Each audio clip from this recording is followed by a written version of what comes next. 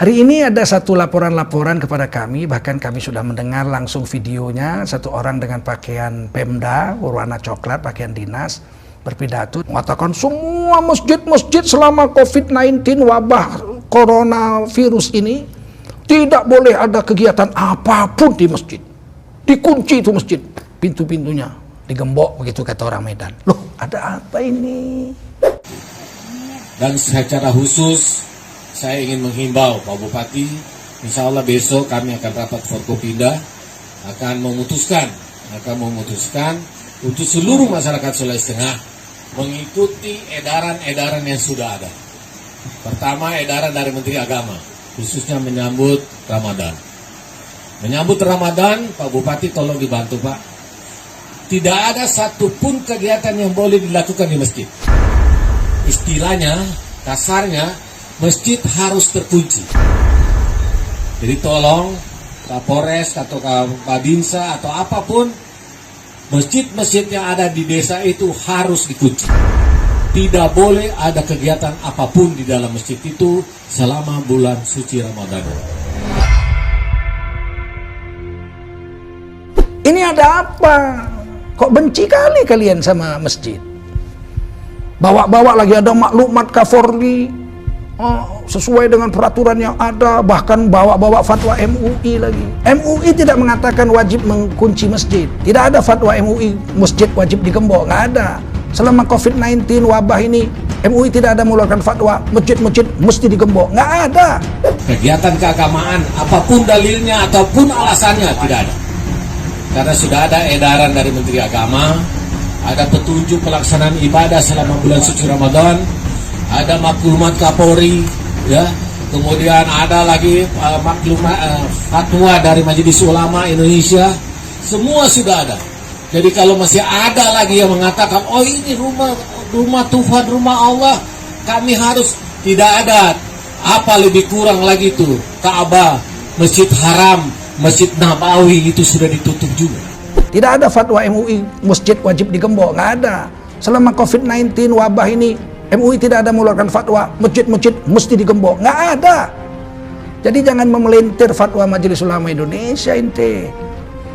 Dan laporan-laporan dari kawan-kawan saya, murid-murid saya ada di Bandung, beberapa masjid digembok juga. Masjid tidak boleh digembok. Yang dilarang itu difatwakan oleh MUI itu adalah sholat berjemaah di situ, membuat majelis taklim rame-rame kumpul di situ. Bukan menggembok masjid, disuruh. Masjid itu tetap harus buka, azan tetap harus ada. Hanya saja azannya itu tidak hayya 'alas shalah, bukan mari sini sholat di sini, tidak, kan nggak boleh. Memang secara peraturan negara dan fatwa MUI jangan sholat berjemaah, tapi azan tetap dibuat. Siapa yang azan? Yang azan dia muadzin. Di mana azannya? Ya di masjid. Dia kan di situ lockdown juga, dia pengurus masjidnya itu. Muazin dan imamnya kan memang tinggal di situ. Nah, dia datang ke masjid itu, masuk dari rumah tempat macam masjid kami itu, penjaga masjidnya itu tinggal di masjid, ada ruangan dibuat untuk dia. Dia azan. Masuk waktu dia azan, cuman dia tidak serukan hayya 'alas shalah, dia serukan shollu fi buyutikum. Jadi tetap ada azan, masjid tetap terbuka, Mas. Shollu fi rihalikum, tetap aja. Sholatlah kamu di rumahmu masing-masing, sholat kamu di tempatmu masing-masing. Allahu Akbar, la ilaha illallah, azan tetap azan. Bagaimana kalau gembok masjidnya mau azan bagaimana? Kita menghindarkan diri dari sholat berjemaah bukan berarti masjid digembok.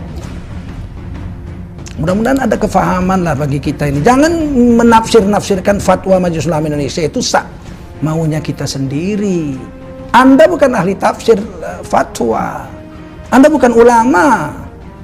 Anda pakai dinas, pidato begitu direkam. Kok seperti benci sekali dengan Islam. Oleh karena itu saya Tengku Zulkarnain mengatakan, selama COVID-19 ini, di wilayah-wilayah pandemi COVID-19, di mana yang sudah merebak tanda merah lah katakan, azan tetap dibuat oleh muazin di masjid itu. Azannya shollu fi rihalikum atau shollu fi buyutikum, sholat di rumah masing-masing. Sehingga orang-orang di rumah sholat pada waktunya. As-sholatu ala waktiha, sholat tetap pada waktunya. Karena mendengar azan, mereka berwudu di rumah masing-masing, sholat serentak di rumah masing-masing. Nah kalau menjadi gembok, siapa yang azan? Siapa yang ngasih tahu waktu sudah masuk? Manusia sibuk dengan kelalaian. Jadi sholatnya tetap sama pada waktu yang sama karena azan ada, cuman di tempat masing-masing. Nah, jangan dilarang orang digembok masjid. Bagaimana sih? Tidak ada fatwa Majelis Ulama mengatakan masjid harus digembok selama COVID-19 ini. Pemda juga nggak ada mengatakan masjid harus digembok. Kok Anda jadi aneh sendiri ini beberapa masjid ini, termasuk yang itu yang pidato di Sulawesi Tengah itu. Siapa Anda bawa-bawa nama MUI? Katanya ada maklumat Kapolri. Saya tidak baca juga maklumat Kapolri mewajibkan digembok tuh masjid-masjid, dikunci semua masjid.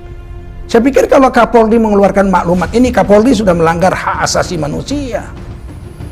Syariat Islam boleh berdiri di Indonesia ini, pasal 29 ayat 2. Negara menjamin tiap-tiap warga negara untuk memeluk agama garis miring kepercayaan dan menjalankan agama garis miring kepercayaannya masing-masing. Menjamin untuk memeluk dan menjalankan agama.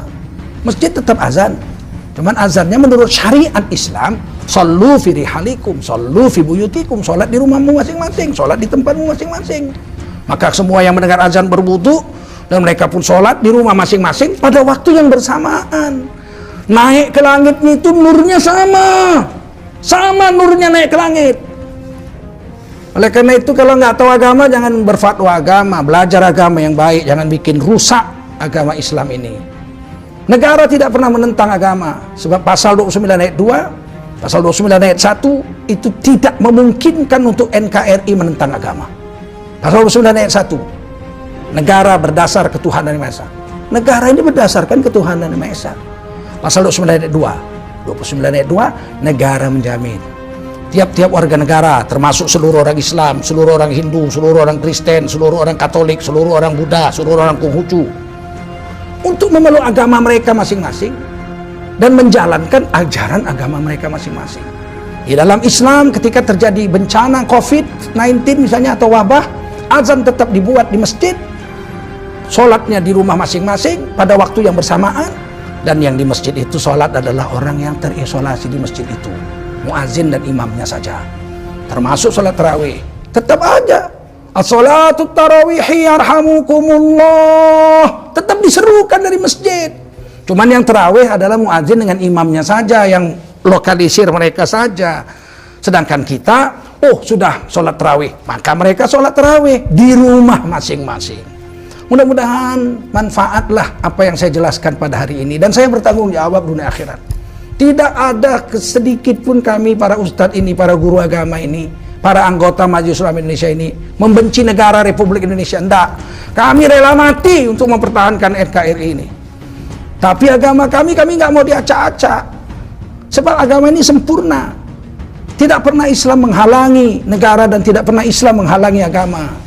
Ketika terjadi COVID-19, Islam sudah mengatur 14 abad yang lalu, apabila ada pandemi, ada penyakit menular, kita nggak boleh datangi tempat itu, dan kita nggak boleh keluar dari tempat kita yang sudah terkena untuk ke tempat yang lebih baik, yang belum kena supaya mengungsi, nggak boleh, hadis Bukhari. Dan tetap ada azan, dan azannya itu lafaznya ditukar, sholatlah kamu di rumahmu masing-masing, sholatlah kamu di tempatmu masing-masing. Semoga kaum muslimin muslimat semakin yakin dengan keagungan Islam, dan semoga orang-orang yang nggak ngerti agama mau belajar, konsultasikan dengan yang ngerti. Fas'alu ahla dzikri in kuntum la ta'lamun. Kamu tanya orang ahli ilmu kalau kamu tidak tahu. Oleh karena itu saya minta Kapolri dan seluruh yang memegang kekuasaan di negeri ini, jangan biarkan gembok masjid, jangan dikunci itu masjid, biarkan masjid terbuka, azan tetap ada, as-sholatu tarawihi yarhamukumullah tetap ada diserukan, walaupun yang sholat tetap di rumah masing-masing, baik sholat wajib maupun sholat tarawihnya. Begitu juga dengan nanti imsak, masjid tetap beritahu, imsak diberitahu, apakah dengan serine, apakah dengan beduk dan sebagainya. Seperti biasa saja. Yang tidak boleh itu berkumpul-kumpul. Nah, kita patuhi itu, karena Rasulullah pun menyuruh itu, para ulama pun menyuruh demikian. Sekali lagi saya Tengku Zulkarnain, Wakil Sekretaris Jenderal Majelis Ulama Indonesia, mengucapkan terima kasih atas segala perhatian. Semogalah kita berjaya dunia akhirat dan NKRI tetap menjadi negeri yang baldatun thayyibatun wa rabbun ghafur. Billahi taufiq wal hidayah. Wassalamualaikum warahmatullahi wabarakatuh.